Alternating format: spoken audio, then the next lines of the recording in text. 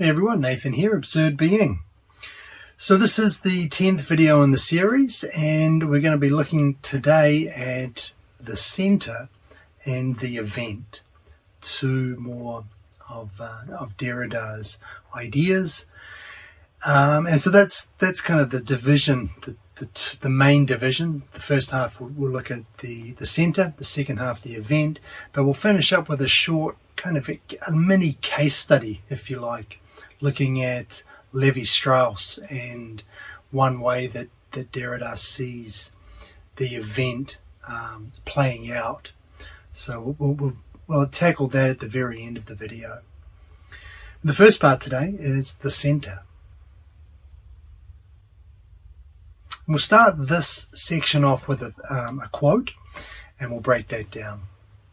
The entire history of the concept of structure, before the rupture of which we are speaking, must be thought of as a series of substitutions of center for center, as a linked chain of determinations of the center.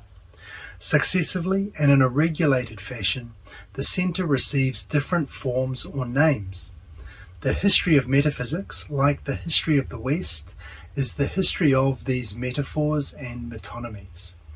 Its matrix is the determination of being as presence in all senses of this word. It could be shown that all the names related to fundamentals, to principles, or to the center have always designated an invariable presence. Eidos, arche, telos, energia, ousia, essence, existence, substance, subject, aletheia, transcendentality, consciousness, God, man, and so forth. Okay, so the center then. First up, this is connected to structuralism, in that the center is the center of a structure.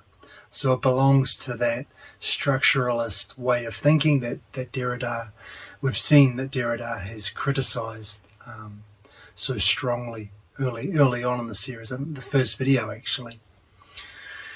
And so the idea here then is to look at the way the history of structure has progressed through substitutions of the center.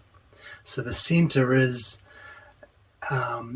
it's like a measure of historical progress, the way that history has the history of thought has progressed, turns on this notion of the center of the structure. And the center then, what is the center? It's basically just the core idea or principle around which the structure revolves. So around which all of the ideas and the concepts that structure our way of thinking turn, or what they all refer to.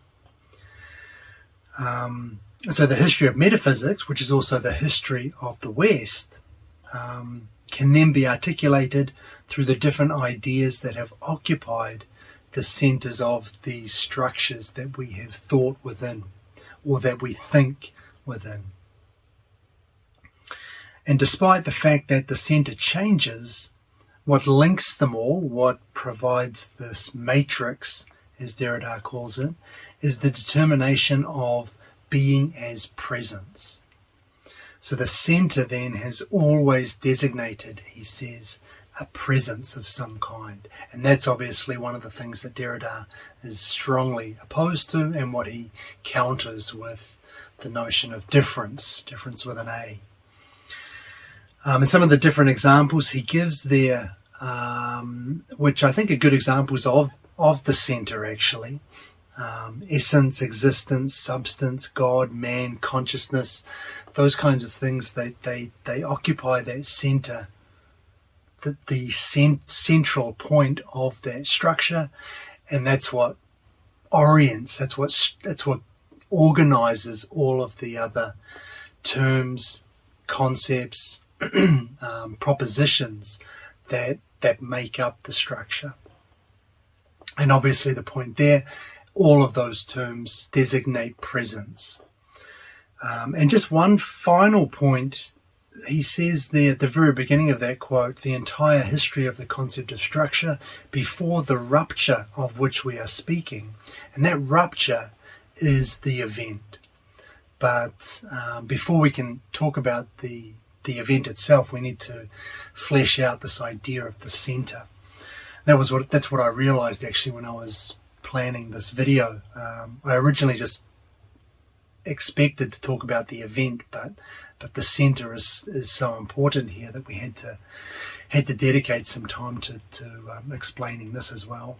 So what are then some of the key features of the center? That's what the next part of the video is about. So as I mentioned, the center basically serves to orient, balance, and organize the broader structural whole by giving it a center, or by referring it to a point of presence, a fixed origin. So it essentially provides a focal point around which concepts and ideas in this broader structure revolve, and allows them to have some kind of coherence. So that's the first aspect of it, if you like. Another aspect is that the center serves to limit the play of structure. So the center of a structure permits the play of its elements, but only within this total form. So as a focal point around which all of our thoughts revolve, the center reins in the potential for play and creativity, i.e. new thoughts and new ideas. And the idea here is that the new essentially becomes a variation on a theme. So we have that central theme dominating all of our ideas and our thoughts, and anything new, well, instead of being genuinely new, really original, they become newish. They become new, but essentially just variations on this central theme that is the center. And some examples that Derrida gives here, he talks about eidos in Platonic thought. So something like the theory of Plato's theory of the forms or the ideas, and everything revolves around that central notion. God in Christian thought, so everything ultimately comes back to God. That's the linchpin of that religious structure. And also the human in the humanism of the Renaissance. So freedom, autonomy, progress, all of these ideas have their ground in the individual. So in that way, it allows a kind of play, but play within a very restricted area. So that's another feature, I think, of the center that's important. And there's another feature as well that I want to talk about, which is the contradiction in the center. As center, it is the point at which the substitution of contents, elements, or terms is no longer possible. At the center, the permutation or the transformation of elements, which may of course be structures enclosed within a structure, is forbidden. Thus, it has always been thought that the center, which is by definition unique, constituted that very thing within a structure which, while governing the structure, escapes structurality. This is why classical thought concerning structure could say that the center is, paradoxically, within the structure and outside it. The center is at the center of the totality, and yet, since the center does not belong to the totality, is not part of the totality has its center elsewhere. The center is not the center. Okay, nice. So this is a little contradiction that Derrida notes here about the center. In the center, the substitution of contents, elements, and terms, he says, is no longer possible. So we've talked about this. The center is a a fixed focal point that restricts play. And in order to be the center, it has to have that rigidity, that fixedness. But that means that the center escapes structurality because, as the focal point around which the structure is built, it itself is not a part of the structure. So Derrida says it's both within and outside the structure, or equivalently, the totality has its center in a focal point which is outside of it, which doesn't belong to it. And this is kind of an interesting idea, I think, that the notion that the central point of the structure, it isn't itself a part of the structure because it grounds the structure. And in grounding the structure, it can't therefore itself be a part of it. So you have the central point of your structure, which somehow doesn't belong to that structure at all because it grounds it, because it's the focal point which makes the structural whole a structure in the first place, which gives it the coherence of a structure. So the very thing which establishes coherence, the concept itself of the centered structure, is itself incoherent or contradictory, or has a contradiction at its core. And this is what Derrida calls a contradictorily coherent structure.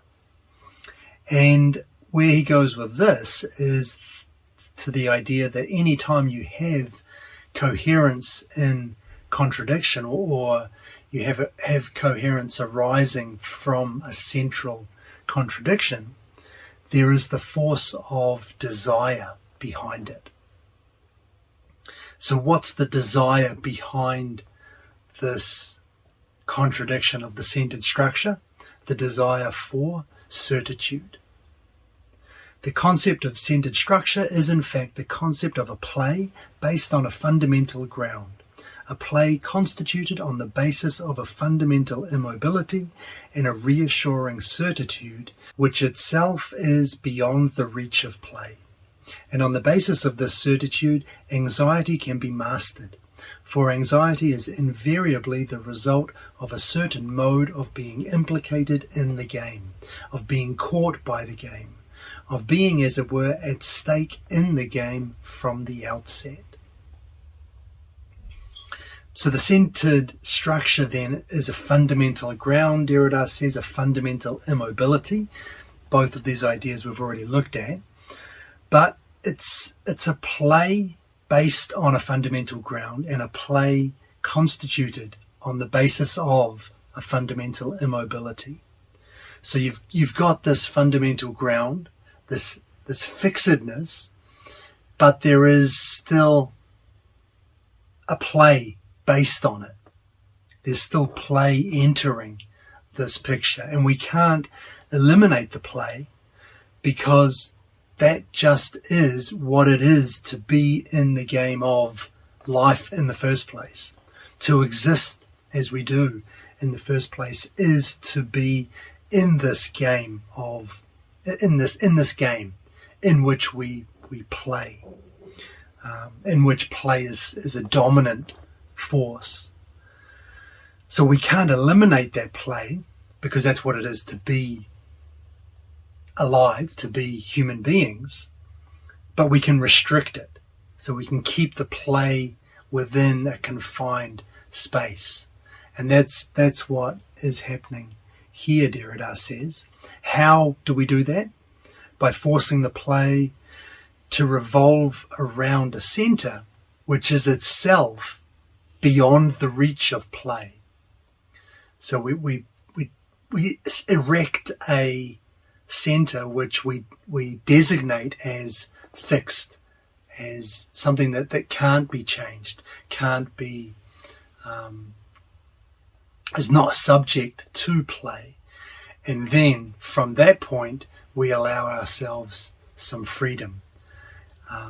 And that's how we restrict the play. We can't eliminate it completely, but we can restrict it. But why do we do this? And this is the main point here, because this creates, as Derrida calls it, a reassuring certitude. And it's this desire for this certitude which enables us to maintain the coherence and the contradiction that is at the heart of the concept of a centered structure. And we've talked about the contradiction already, but there are actually two contradictions, I think, here that we can point to. The first is, as I said before, the very idea itself of a centered structure, because the center itself escapes structurality. So there's that internal contradiction. But there's a second contradiction, I think, the idea of play being based on a fundamental immobility. I kind of mentioned this before as well, but it's not really play. It's a pseudo form of play. I said it ends up, the new ends up being just a variation on a theme. So you have this another aspect of contradiction implicated in this notion of a centered structure. And I compare this, I think, with cognitive dissonance, which is essentially the idea that you maintain contradictory beliefs or opinions, and you believe both of them at the same time. And this is something that we all do regarding various things. And the way we do it, the way we're able to maintain that is basically just by not focusing too much on the dissonance, just kind of setting it to the side, or it's just a little psychological trick that we have when we're presented with something that when we're made aware that two of our beliefs are actually contradictory. Oftentimes, or sometimes we're able to just kind of defer the problem, or glance over it, brush over it, sweep it to the side for now, and in that way we just avoid the problem, we avoid the dissonance, and it lets us go on with our lives, maintaining these two beliefs, which, when you put them side by side, they're contradictory. But when you're not faced with that explicit contradiction, you can kind of, in this situation, this belief can come to the fore, and in another situation, the contradictory belief can come to the fore. And as long as the two kind of never clash, then you're able to maintain those competing contradictory beliefs. Something similar going on here. We have a contradiction in this centered structure, but we're able to overlook it. And the reason is because we have a desire which is stronger than our desire to resolve the contradiction. And the desire is a desire for that reassuring certitude. That's strong enough for us to just ignore this contradiction that Derrida is pointing to in the centered structure within which we think. So we can sweep it to the side because of this reassuring certitude. And this reassuring certitude, our desire for it is so strong because it allows us, at the end of that quote, Derrida says, to overcome anxiety, the anxiety of being implicated in the game, of belonging to a world in which there are no absolutes, no certainties, no transcendental capital T truths. That's what this certitude gives us. It gives us something solid to ground our thinking in, so we can maintain that our thought is justified. We have reasons for believing in in what we believe, and it gives us that order, that sense of order that we all crave, and it founds that order on something solid, and that allows us to overcome that anxiety and maintain or ignore, I guess, rather than ignore the contradiction, which allows us that coherence in the first place. Okay, so that's the center, and now we can move into talk about the event. So the event is basically the destruction of the center, the elimination of it. And it occurs in the history of the concept of structure as a rupture. And that's a word I pointed out in the very first quote from today's video. The event comes about when, Derrida says, the structurality of the structure had to begin to be thought. So basically, it's when the concept of structure itself is questioned.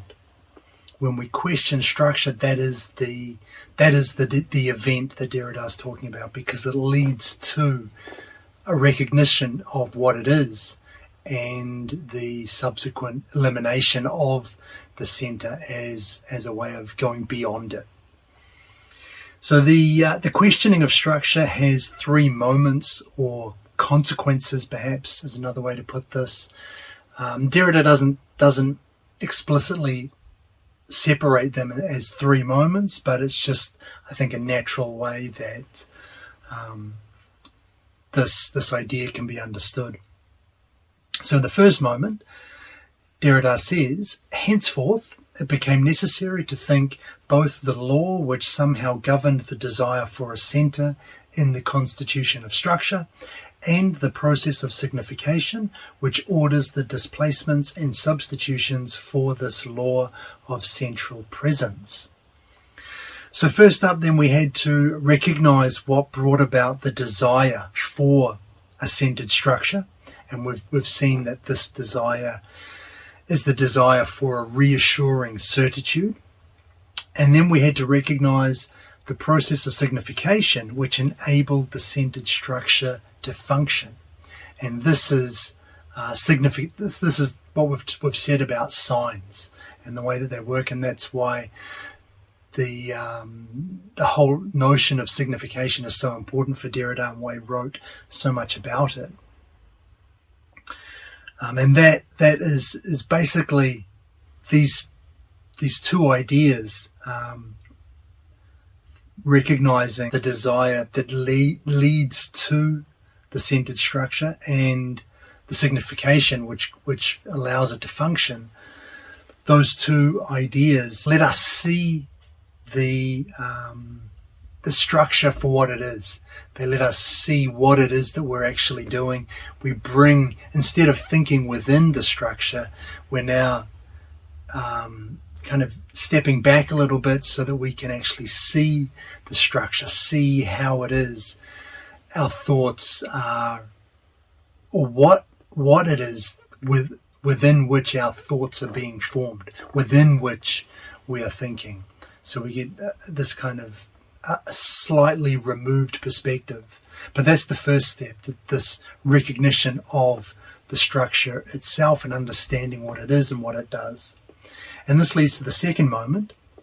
Henceforth, it was necessary to begin thinking that there was no centre, that the centre could not be thought in the form of a present being, that the centre had no natural site, that it was not a fixed locus but a function, a sort of non-locus in which an infinite number of sign substitutions came into play. So the inquiry, the recognition from the first moment, leads us to the idea that there is no actual centre. That is to say, a centre as a genuine presence or a fixed, certain, transcendent concept. So we now that we understand what the structure is, now we can recognize that the centre itself doesn't exist as something absolute, as something that we are, that orders and provides coherence outside of us, unrelated to us, independent of us. In essence, we recognize that we create the center here. And that means that there is, as Derrida says, there is no center in the sense that we were thinking it. We were thinking of the center as this absolute core, around which all of our ideas had to operate. And it's that center, the idea of the center in that sense, that we are now moving beyond. There is no such thing. We've created it, essentially. This whole thing is, we're seeing not just the structure now, but the center for what it actually is. So instead, we recognize the center as a function instead of a transcendental concept, an absolute fixed point around which we have to think. We recognize it as a function for what? A function for a way of allowing the infinite creativity in the epoch of the sign to emerge. And this is precisely play. So the center gives us, the center is a part of play. As I said, we make the center ourselves. And that comes about through this play that Derrida is always talking about, that everything comes back to for him. Play is what we do. It's what it is to be a human being. It's what we do to think. It's what thinking is.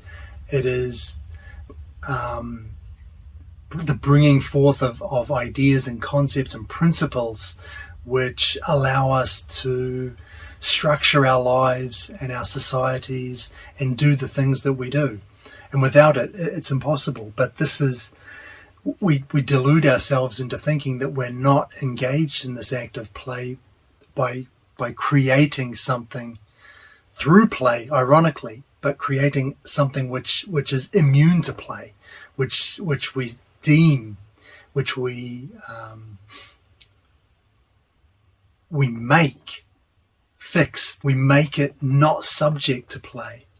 But in actual fact, it's just a natural, it's a part of the natural process of play. It's a part of this game that Derrida talks about. A non-locus in which an infinite number of sign substitutions come into play. That's what the center is. We now see it as that, and we can reorient ourselves with this new understanding. And this leads to the third moment, where Derrida says, finally then, without a center now, language invaded the universal problematic and everything became discourse. Where discourse means a system in which the central signified, the original or transcendental signified, is never absolutely present outside a system of differences. So in the absence of a center as that absolute transcendental signified, which stands outside a system of differences, that fundamental certitude that we desire, without that, everything then reduces to language, Derrida is saying there. Hence the importance of language for the postmodernists and the significance, I think, of the linguistic turn in the early 20th century. And so everything reduces to language. Derrida calls this discourse, and the idea behind this is that it suggests we are using language knowing what it is that we're doing, recognizing the play and the creativity inherent in this act of language, this act of discourse. At this point, we've essentially freed ourselves of the structure within which we have been constrained to think within, and we're now embracing the play that is actually at the core of our thought. And so that the center then is understood as, rather than something that constrains thought, it's another principle which we have created ourselves, which we've put up ourselves, and is, rather than being absolutely present in a fixed transcendental way, it's just another part of a system of differences. Going back to that central word for Derrida, difference. It's a part of this ultimate game which we are all playing all the time, and which we can't not play, which we can't not be involved in. However, instead of mourning the absence of a center, which is the typical reaction to Derrida, everything's language, everything's words, everything's semantics, nothing's real, nothing's fixed, there's no truth, and we kind of bemoan this fact, or we don't want to accept it, we don't want to believe it. Instead of having that reaction to it, Derrida says we should affirm the existence of play. This is a freeing notion. It's not something to regret. It's not something that we should try and avoid or try and overcome. It's something we should accept and embrace, because it, first of all, it reveals the way things really are, and second, it's an ultimate freeing. It frees us to be the masters of our own destiny. And it kind of goes back to something similar to this idea that a lot of Christians believe, that if there's no God, then there's no morality. Why would you be good if there's no God? But that idea is just so backwards to me. If it were, imagine if it were scientifically proven God doesn't exist, would every Christian suddenly become a criminal? Of course not. Even without that absolute transcendent guarantee of morality or values, we still have our own values. We make them ourselves, and that's the massive irony behind religion. If you think you need religion for values or morals, that we're making it all up as we go along ourselves, and we're just in addition to making up our own morality and values, we're making up a guarantor for those those morals and values, and we're pretending to ourselves that this guarantor has some independent existence from us. But the whole thing, we've created the whole structure, and so I think it applies here as well. Just because Derrida is saying there's no capital T truth, there's no absolute presence in which we can ground anything, that doesn't mean that anything goes. It doesn't mean that we can't argue for our positions or our beliefs, and that's enough. Okay, so that's the event in general. Now we can move on to look at some thinkers of the event. So the event doesn't begin in a single place at a single time or with a single author, but so it's somewhat of a misnomer, because we think of an event as something with a fixed beginning, a fixed an actual starting point, something discrete that happens that we can isolate at a particular time. But it isn't that kind of thing, Derrida is saying. But despite that, there are some thinkers, he calls them, thinkers of the event. And these include Nietzsche, Freud, and Heidegger. So with Nietzsche, you've got his critique of metaphysics, critique of being, like a capital B kind of being, and his critique of truth, all of which he substitutes for play, interpretation, and the sign. So that line of thinking qualifies him as a thinker of the event. Freud as well, for his critique of self-presence, that is to say consciousness, subject, self-identity, and self-possession. emphasis he placed on the unconscious, that brings him into this category of people who thought or attempted to go beyond the idea of a fixed structure to this. It brings him into this category of people who thought the event. And Heidegger as well, his critique of metaphysics, ontotheology, and his critique of the determination of being as presence, all bring him into this group of people as well. But there is another point here that Derrida raises. He calls it the circle. And he says all of those thinkers, they're still, even though they were thinkers of the event, they're still trapped in a kind of circle, because in order to destroy the history of metaphysics, we must adopt its terms. Indeed, he says, we have no language, no syntax, and no lexicon which is foreign to this history.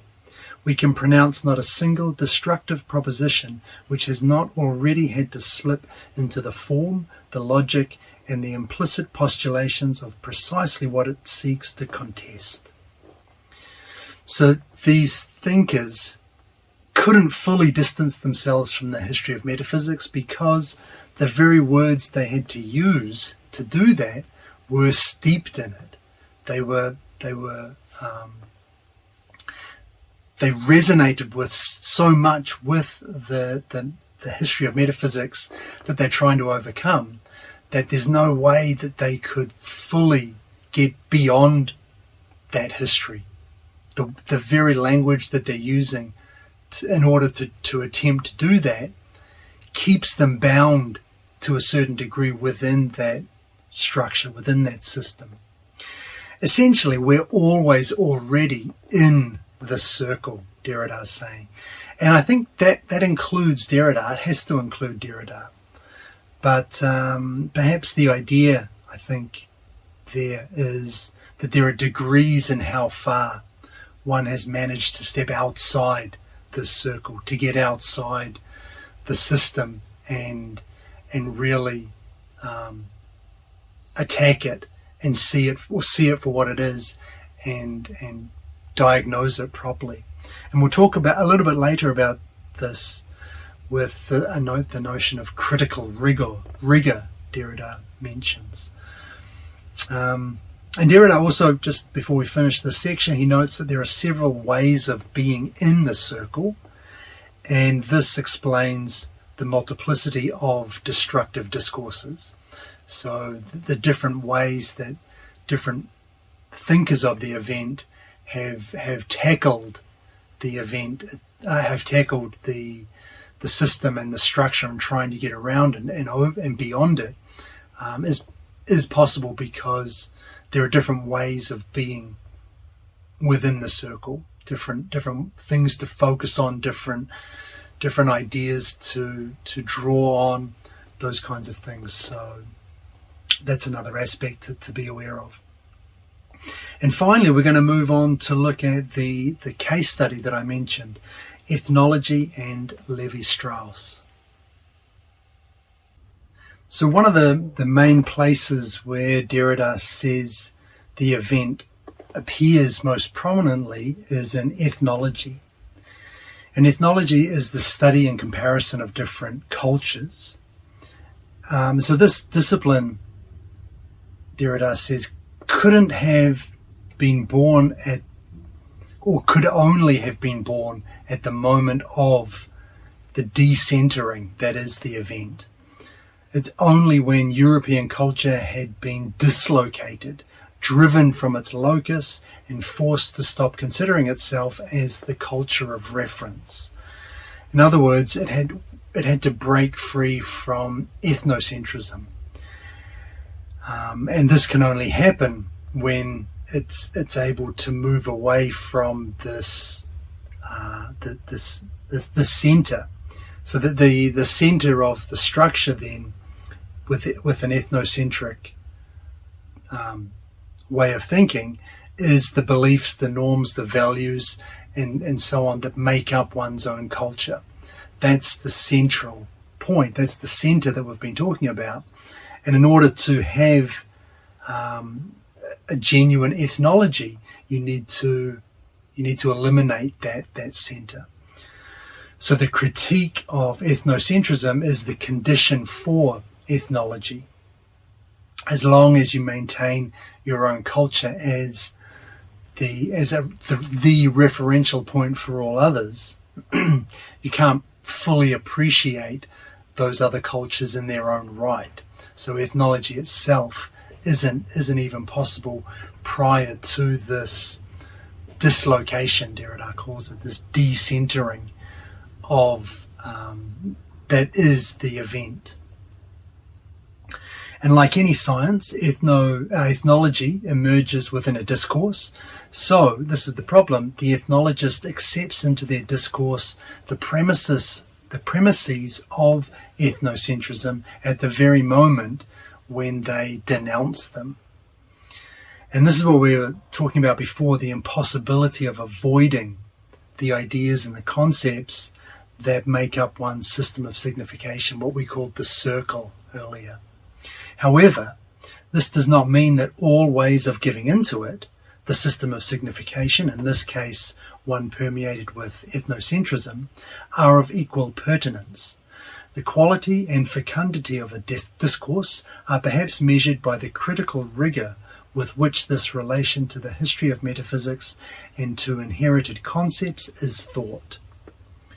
So one can't fully and completely avoid one's system of signification, but you can distance yourself from it. And this is where Derrida says the critical rigour with which one thinks the history of metaphysics and those inherited concepts. You can distance yourself from it with that critical rigour in order to maximise, again, what Derrida says, the quality and fecundity of your discourse. And this is kind of what I said earlier about being able to step outside the circle. There are different degrees in which one can successfully step outside that circle. And that's reflected in the amount of critical rigour that you're able to bring towards these the history of metaphysics that we're all a part of, and the inherited concepts that we all take on.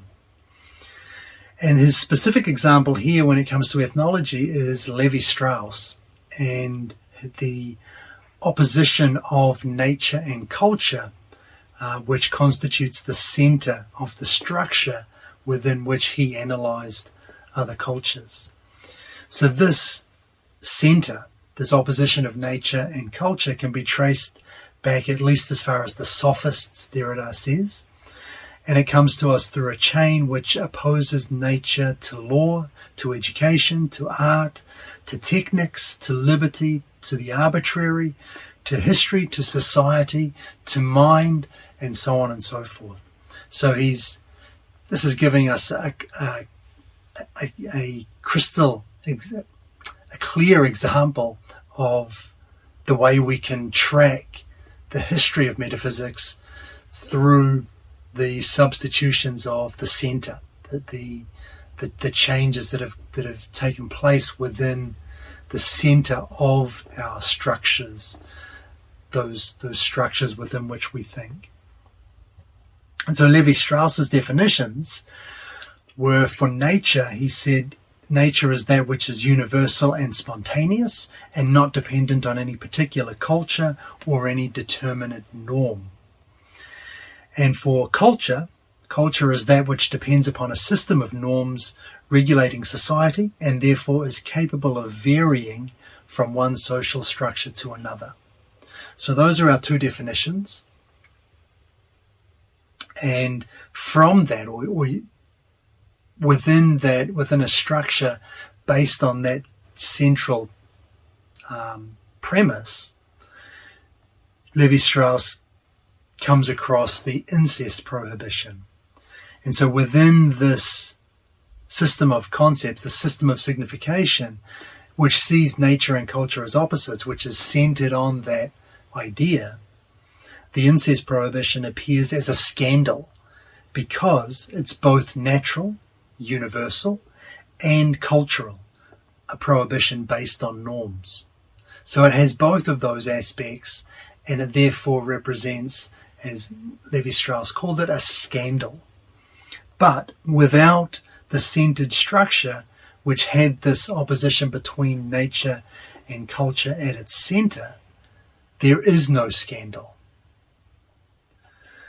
So without that, so the idea that the incest prohibition is a scandal can only stand up, can only be maintained if you have this, if your thinking is taking place within this structure that has that nature versus culture distinction at its core.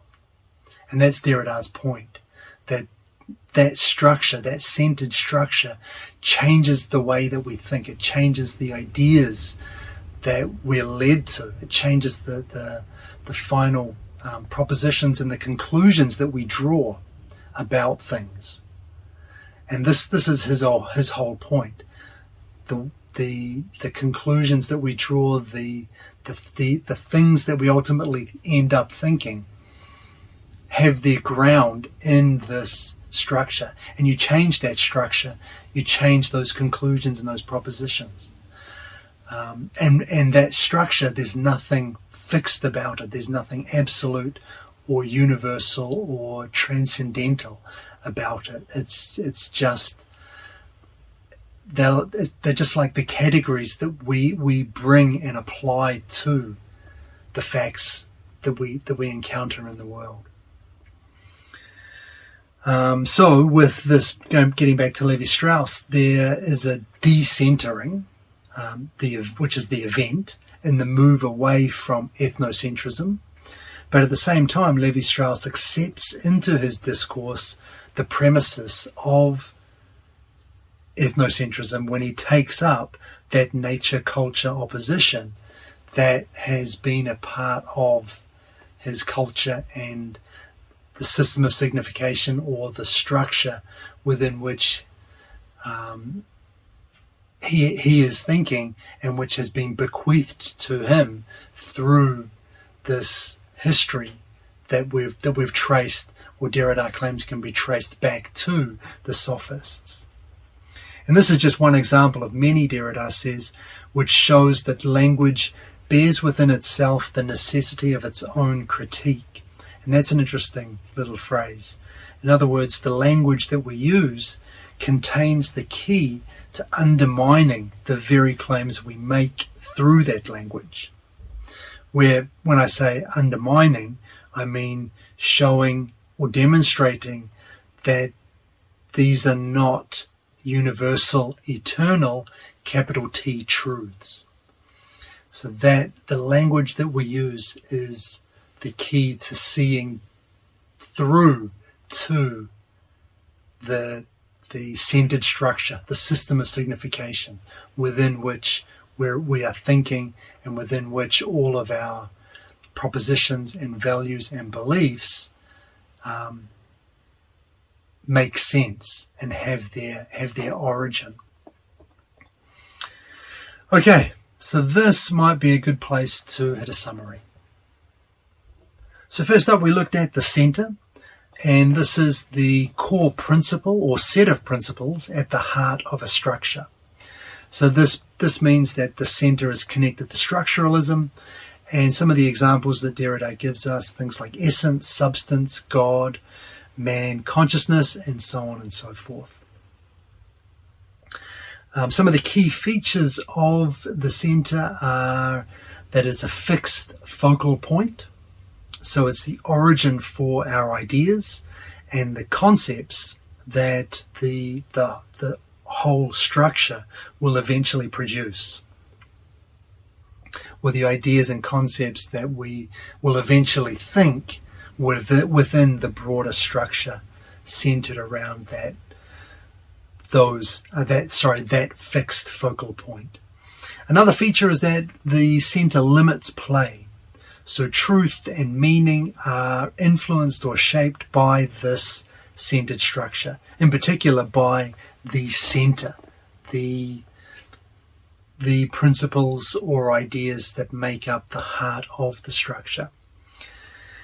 And there's also a contradiction we talked about with the center. The center is both within and outside the structure. So it belongs to the structure, but it isn't a part of it. That's the contradiction. It doesn't make sense to say it's not a part, it doesn't belong to the structure, but at the same time, because it is the ground for the structure, it can't be a part of it like other parts of the structure.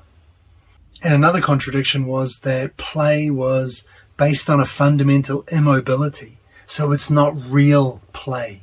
It's a kind of pseudo form of play. Play based around something which is treated as being fixed and immune to play. And this whole contradictory edifice is maintained by our desire for reassuring certitude. And the idea here is that the desire for certitude lets us handle or overlook the contradiction that lies at the heart of the centered structure.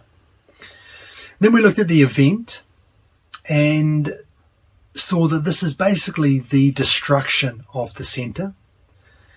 With the event, everything becomes discourse, Derrida says. So through this, we end up attaining a kind of self-awareness of how we think through language.